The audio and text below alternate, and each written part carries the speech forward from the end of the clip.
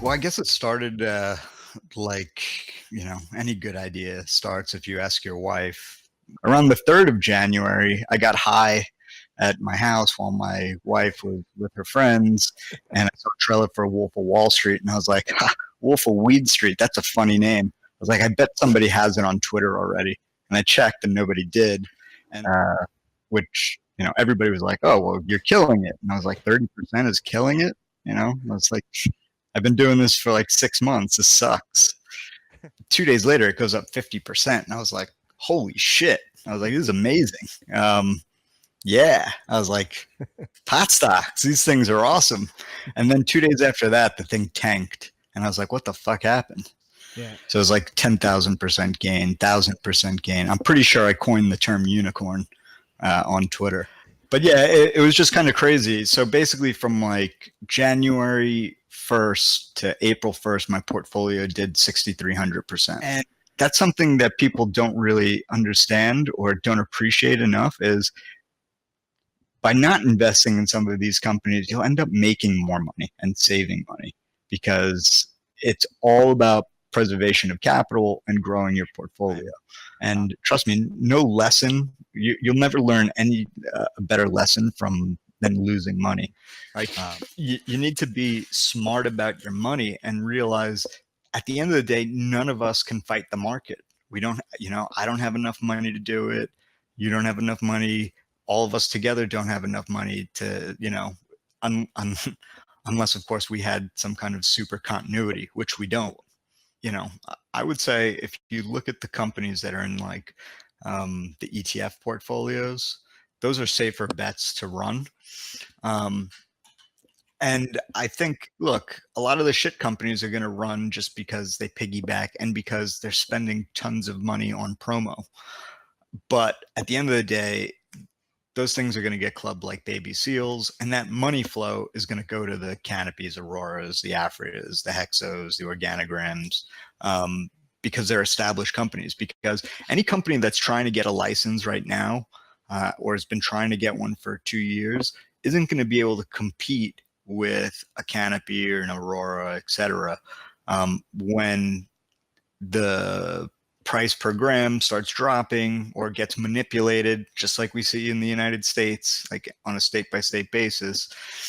So that's why you see Canopy, Aurora, et cetera, all planting flags internationally, because there's the blue sky for them. It's not 100% legal. That's why they're, getting set up for beverages. That's why they're, testing stuff in pharma. That's the real blue sky.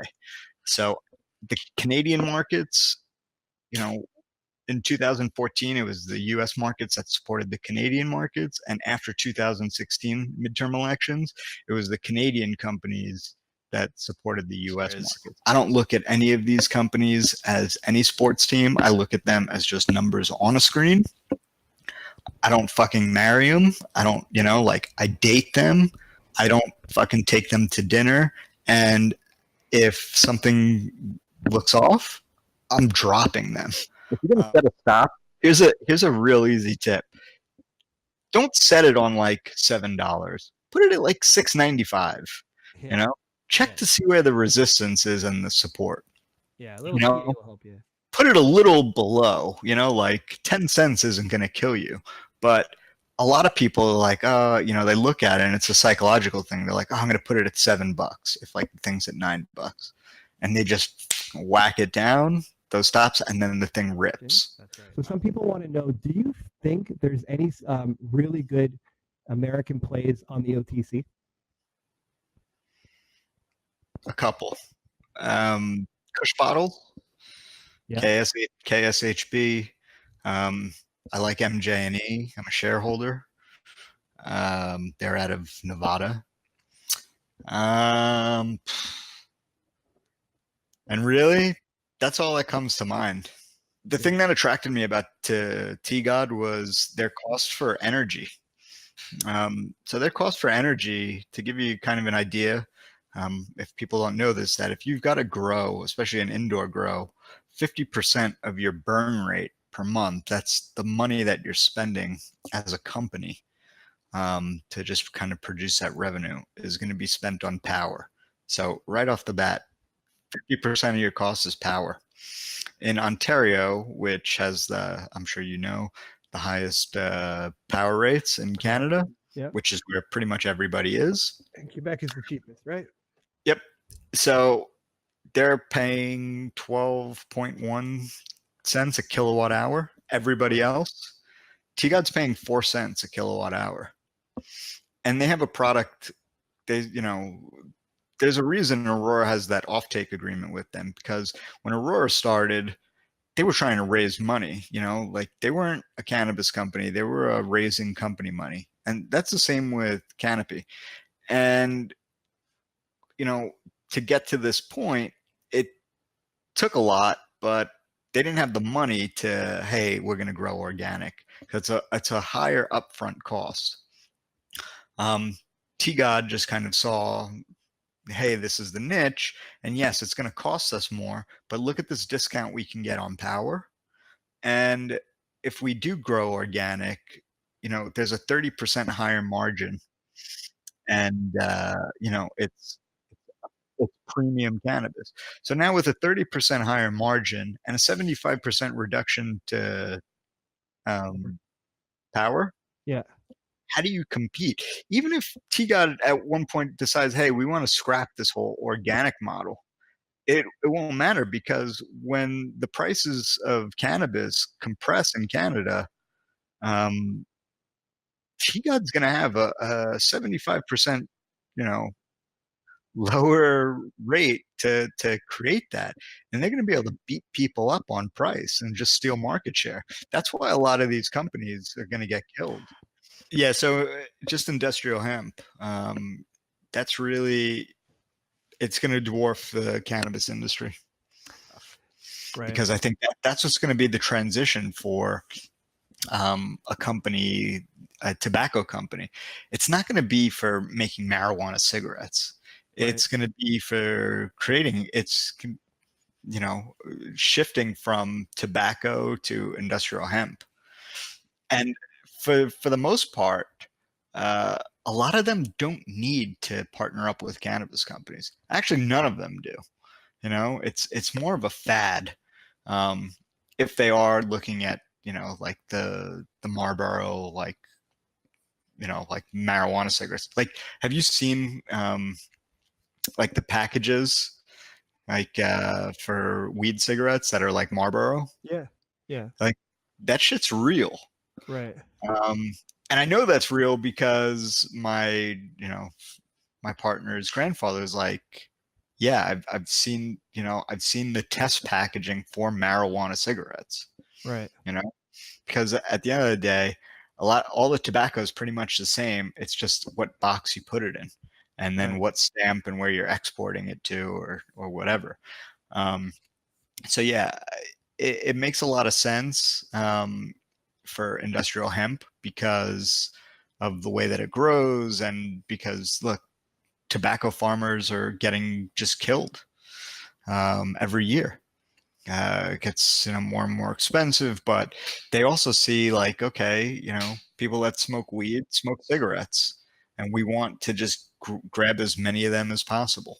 Right. So while they don't need to take on any of these companies, and I think some of these companies, like the brands that they've established, look, if I had to pick a tobacco company to buy into any LP, it would be Afria.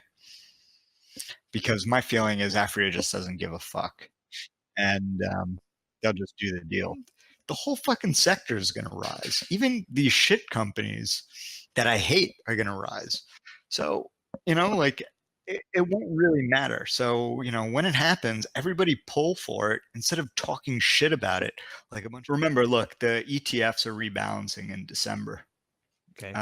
So you really watch my tweets, because this has become the best trade, or you get 4 of these trades a year. So we're gonna watch and see what they need to get rid of and what they need to take size in. So I'll just tell you what I do, and I've already started doing it. So I go on their website, like ETF, MJ.com, and then there's Horizons. Those are the only ETFs that matter. So I'll go and I'll take a screenshot of their portfolio holdings from now till the end. Um, and you want to focus on the shares, not the percentage, because the percentage right now doesn't really matter. They have to, you know, as we get into December, you're going to start seeing some of these positions go back up, especially because they've all gotten hammered, but on a percentage basis. So MJ, which is Alternative Harvest, has a 7% threshold. What that means is any security that they own, like if let's say they have 10% of Canopy, Yeah. they've got to bring it down to 7%. All right. And then you can figure out what that looks like from a share, like, basically their share position. So, okay. So now they need to get rid of Canopy. Well, now they need to get rid of part of Tilray. They need to get rid of part of Aurora and blah, blah, blah. And they can put a lot of pressure on the stock, especially if it's not as liquid. Canopy, it doesn't really matter because I think trades like a beast. Yeah. But it's like, okay, well, then where should they put their money? So I did this. I wrote a piece on marijuana stocks about ETFs, and I talked about Aurora. That rebalancing, I think, is what got T-God to its all-time high in September, and Aurora, that's what made Aurora spike also. Gotcha. And a couple other companies. So that's a really good trade, and easy trade to not just make to go long on something, but to take profit on other positions. So we've got our website, ftmig.com. People can go there and sign up. It's also free. And I don't know how things go in the US, but over here we have a partner with an EMD. So the advantage over here to signing up to ftmig.com, again, it's free, is you can get access to opportunities like seed investments and private placements. So Mr. Wolf, that's kind of what we focus on here in our private Facebook group. Is yeah, and 100% Canadians have a huge advantage over the United States just by the nature of the way you guys raise money. Right. So, like, how hard it is for me to do a private placement? Like it's nuts.